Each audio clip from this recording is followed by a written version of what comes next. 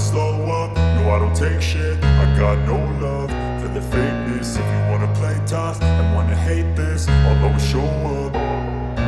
I don't ever slow up, no I don't take shit. I got no love for the fakeness. If you wanna play tough and wanna hate this, I'll always show up and make a statement. I don't ever slow up, no I don't take shit. I got no love for the fakeness. If you wanna play tough and wanna hate this, I'll always show up and make a statement. Everything I do so instinctive and so passionate. Every word I move so descriptive like an adjective. I got a vendetta against people who patented being negative when you should be getting after it. I got facts over tracks, this and that. Spitting slow, spitting fast. I could roast, I could gas. Think I'm okay at last, but I don't know if that can erase all the past. And the pettiness, a reflection of the emptiness. Hilarious, you think you're worth my time, you're delirious. Mysterious, because you hide behind a fake exterior. Inferior, you know I'll always be a bit superior. Get off of me, this ain't no humble brag. I want you to hear words, you can say them back. I want you to feel free from the chains at last, and to believe in what you got, it was built to last, yeah. Now that I've been put through hell, I never got anyone's help. I had to do it all myself.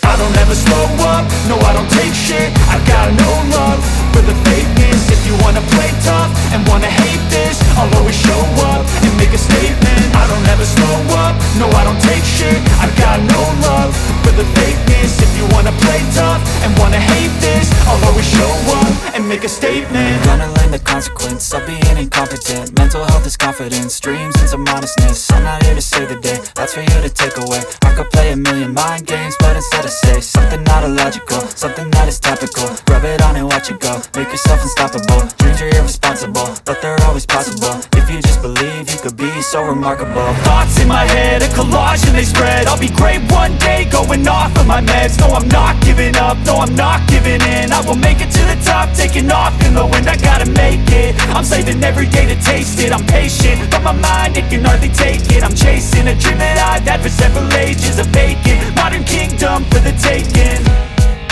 Now that I've been put through hell, I never got anyone's help. I had to do it all myself.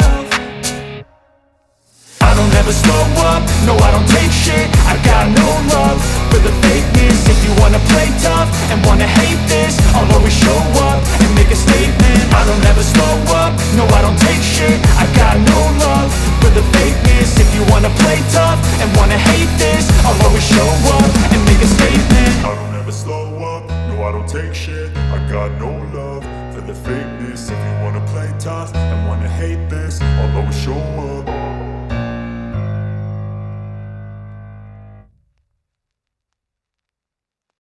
Again, he gets it. He's a child of destiny. I have closely studied Mahmoud since 2018, and I can tell you he's the type of person Ghana needs in leadership. I call him a man of destiny. He doesn't know, but I call him a man of destiny. Why? Because there are many people who go out and do all kinds of things and seek, for greatness. But watching Mahmoud, greatness seeks him out. I say that he's a gift from God to his family, to his religion, to Ghana, Africa, and the whole world. We thank God for his life. He doesn't forget his past. For those who know him, just as he was from the beginning at his childhood, so is he, even as the second most powerful man in Ghana. He's quiet. I mean, I think he's an introvert, but he has a group of friends that he grew up with who are his buddies, and that's when I see him light up. Actually, when he's around them or when he's doing his economics, which he loves. Yes, but so his friends, who I will call his true friends, are those really he grew up with. He never forgets his friends. He never forgets. He was a very good friend of my late brother, Dr. Kutose. From the times they were joint chairman of that committee, and my brother was ill for a long time. Dr. Bawumia was one of the few friends who paid him regular visits to encourage him and to push him on until his death. He's a good man. He's a good man. He's a good man, and I'm glad to be able to say that I can count him among my friends. The fact that I've known him for more than 40 years, from the time he was 12 years old up to now, shows you that he doesn't forget friends. When he moved, even when he was living in Canada, we were always kept in touch. Anytime he came to London, he would call me and we would meet up. And when I used to come and visit him at the Bank of Ghana, when he was working here, I'd stay with him at his flat in Ardenta. He was staying in the SNIT flats then. So, and he used to come and meet me at the airport anytime I landed. I mean, he's a very down-to-earth, very, very down-to-earth, honest person. Me kosran mrebi. Me koya me sane me cransa me ba. O sifri ni office. Be jam me adu. Enti ni madam for me no ko hen ho. Eh. Na papa penu na wono wa be sanu na o kwa. Wa sa sorry free na ko and I'm see that's how he is. Oh, obia o ye humble and respectful ni ade. Ti he still mingles with friends. He keeps in touch with us all the time. His friends in Canada, he keeps in touch with me all the time. Even when he's busy and I send him a message, it's shocking that I get a message straight back. And it makes me so excited that, you know, the vice president has sent me a message. Even though he's my friend, I revere him so much that I really appreciate his friendship. I remember when we came for the inauguration, when he won the first, when they won the first election, he was actually sitting on the dais. And I sent him a message during the inauguration, and he replied. And I showed it to my friend, look, the vice president has replied to me. Honestly, he's a really down-to-earth person. Well, yeah, because he's always working on his phone. He's the opposite of me. But yes, everybody, he reaches out. People look for him. People would say, I got a text from the vice president at 3 a.m. And you know, like, don't text the person at this hour. He says, well, there's work today. I need to let them know. Or a text has come in and he's responding as soon as he has time to. But yes, he keeps in touch with people. He's very responsive. Position where do you call here now? No, that kind of thing. The way is near the as and Kualano, sa me can say baby obey vice president for from. Me kokotia no mini e call ena enkobodi dia you feel near from Mamudu straight na minua no oh sorry vice not so but you know me as Mamudu so why you know so you see that humility in him obi anko be mama so you know be a madri mo mami no just the way ni na me so me hwe no ehun de Usitie na mo brase ne edwa wo ene se do sika sa kyerem panimfo ye no mo hefo ne ayma fo kwade obo ni ma oboni mu ase apani do ye nipa. Dr. Alhaji Muhammadu Bawumia has been exceptional everywhere he's been. He leaves a mark and raises the flag of Ghana high everywhere he goes. And I would also go further to tell you, when we lost the election 2008, Bawumia moved to join the African Development Bank. The bank posted him to Zimbabwe as its country representative there. He worked so well. So 2012, when our candidate, Akufo-Addo, again renominated him to be his running mate, the then head of the African Development Bank, called Mr. Kaberuka, I believe he's from Rwanda or Tanzania, very impressive, charismatic person, came telling me to talk with me. Oh, Mr. President, dissuade the young man from coming back to talk. He's doing so well in that country. Let him stay there. He's got a future in the bank. I considered this appeal from the government. I told Mr. Kaberuka, I shouldn't be for me to dissuade this youngster from accepting to become running mate When I left the presidency, I started giving a series of lectures around the world, and I went to Oxford to give lectures at Oxford. I didn't know that Dr. Bawumia was then in Oxford. So after I gave him my lectures, the last one, I was invited by whatever they're called, ward master or whatever. The whole lunch from all the Oxford lectures was about a brilliant economist who was doing research at Oxford. And they were referring to Dr. Bawumia. Yes, you can understand why I have tremendous respect for him. When I went to Oxford, his professor at Oxford, at the Blavatnik school, used to tell me things about what, Dr. Bawumia used to do. And they, how, he was studious, how he stood out, and he really understood the area that he was engaged in.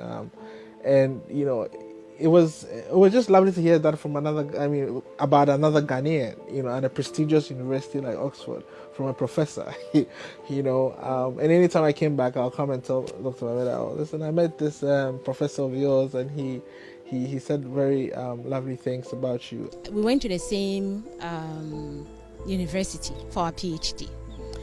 So he left Simon Fraser University in Burnaby, Canada. He left 2 years before I went to the department. And when I went there, I was the only Ghanaian. And anytime I told anybody that I was from Ghana, the first question would be, do you know Mahmoud? And I was like, who is he? No, I didn't know him. But I was surprised everybody was asking about him. And I thought that he was the only person there, like I was the only person. Only to find out later that there were about 14 Ghanaians in the department at that time when he was there. And I was like, then why is everybody only asking about him? What about the other 13? It was later on that I found out that he was like the unifying figure among them. He was like their leader, trying to make sure that everybody is well taken care of, everybody is, is doing well. The welfare of those people there were like his priority. And I that's when I understood it. But later on, I realized that it was not just that he was brilliant. Now, his brilliance made him, shine in the midst of his peers. And that's why I said, I felt proud. Dr. Bawumia is a good man, not only because he has a good intellect and he can think on his feet and think into the future.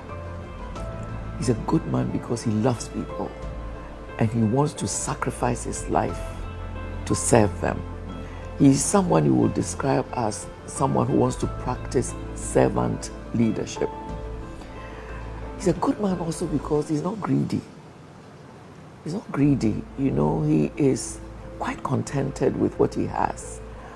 And that is always a good sign that the person will be more interested in what others get than what comes to him. Dr. Bawumia has always been hardworking and will not substitute work for pleasure. He was known among the family circles. If you read even the background, you see clearly he was getting scholarships, distinction, and so forth.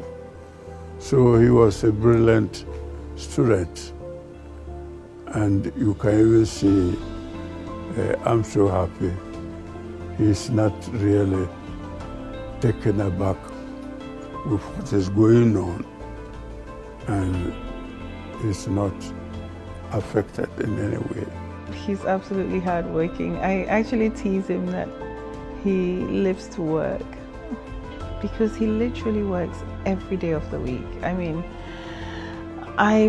In the 20 plus years I've known him, there's not one day, let's even say like a weekend or a Sunday, that he will lie in and, he's working or he's doing something related to work. People are coming to see him. So he just works around the clock. It's incredible how he does it. His brilliance never made him swollen-headed and willingly did all kinds of jobs that could pay his bills. And while we were all struggling in London, I was driving a minicab like a taxi. And with my close friend Adrian and Mahmoud, all of us were doing taxi driving while we were studying. You know, he's a hard-working person. And as he said, he cleaned dormitories when he was in Canada. I even washed plates. Dr. Bawumia is indeed a man of destiny, because at every moment, God orders his steps. Well, look at where we are today. I would say it's the most unlikely of circumstances. But when I met him, he was on another tangent, and it seems to me that his steps are ordered. Hiding in his place at the Bank of Ghana, somebody puts in a word somewhere and he's lifted and becomes the vice president. Many people will tell you that it is he who won the election for the NPP. We went to a Financial Times investment meeting. You know how the Financial Times journalists are. They were asking all kinds of difficult questions. And many members of the economic management team were present. And you could see that they were struggling. So at one point, Dr. Bawumia was, I didn't know him then, he was standing at the back and he kept raising his hand. So the president asked me, who's that? I said, I don't know. He said, give him the floor. When he had finished, the argument was over. This youngster read the paper to the conference, plenary, full conference. The paper was so good. And as I say, I hadn't talked with him before. I didn't really know him. When he finished the paper, he received ovation, I would say. The applause was big. So he was going to sit. But it was so good, and I was so proud that he was a Ghanaian youngster. So I instructed that he should be called for me. He came, and in his own naturally humble way was bowing to. I said, hey, this paper you have read, so good. Keep on at it, and you'll go far. Dr. Bawumia was a research assistant to the then governor of the Bank of Ghana. In less than 2 years, the work he did at the Financial Times meeting in London got him marked for something huge. A year or two later, there was vacancy for deputy governorship. But the first choice was really not Bawumia. Governor came to see me, and I brought up a name that was not even part of the bank's staff. That person was, I think, that time, the deputy chief executive for Barclays. Very top, not professional banker. So I said, that for that position, give it to this guy from Barclays. Governor agreed. Before we could communicate to that person, and I'm telling you, that person hadn't lobbied me for anything. He didn't even know that he'd come to notice. Just within 2 days of my deciding the position should be given to that man, there was an announcement that the person had been appointed the CEO of another bank, top bank, international bank. So the governor rushed back to me and said, oh, the person you mentioned, he's now the CEO. So we thought about it a bit. How strange. Well, let him go.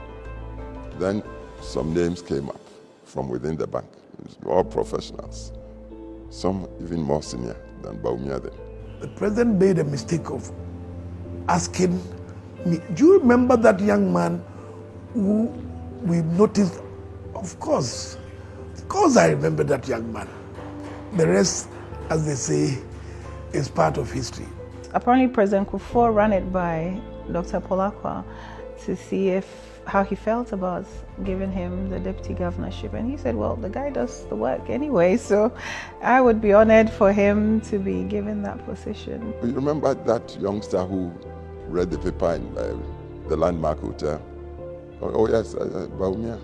Say yes, give it to him, just like it. Just like it. It wasn't as if Bawumia had come to see me about some position or promotion. Never, nothing like that at all. just gave it to him. But I had come to believe the boy could do the job. He had called to say there was something he needed to tell me when he gets home, and he got home to say, well, he's been offered to be deputy governor. And I was like, wait, what did your boss say about it? Because then now you're almost as close to your boss when you are his special assistant. Could this be described as a coincidence, or that special grace called favor, which is a gift from God?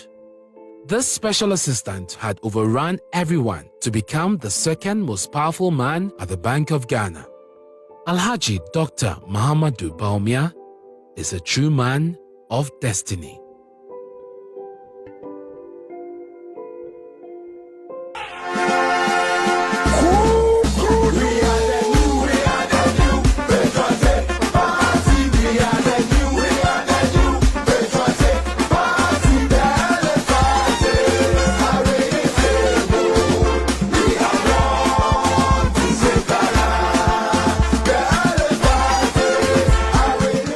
Let us hold together and work together to be able to surmount our mantra, breaking the 8. And breaking the 8 we shall in 2024.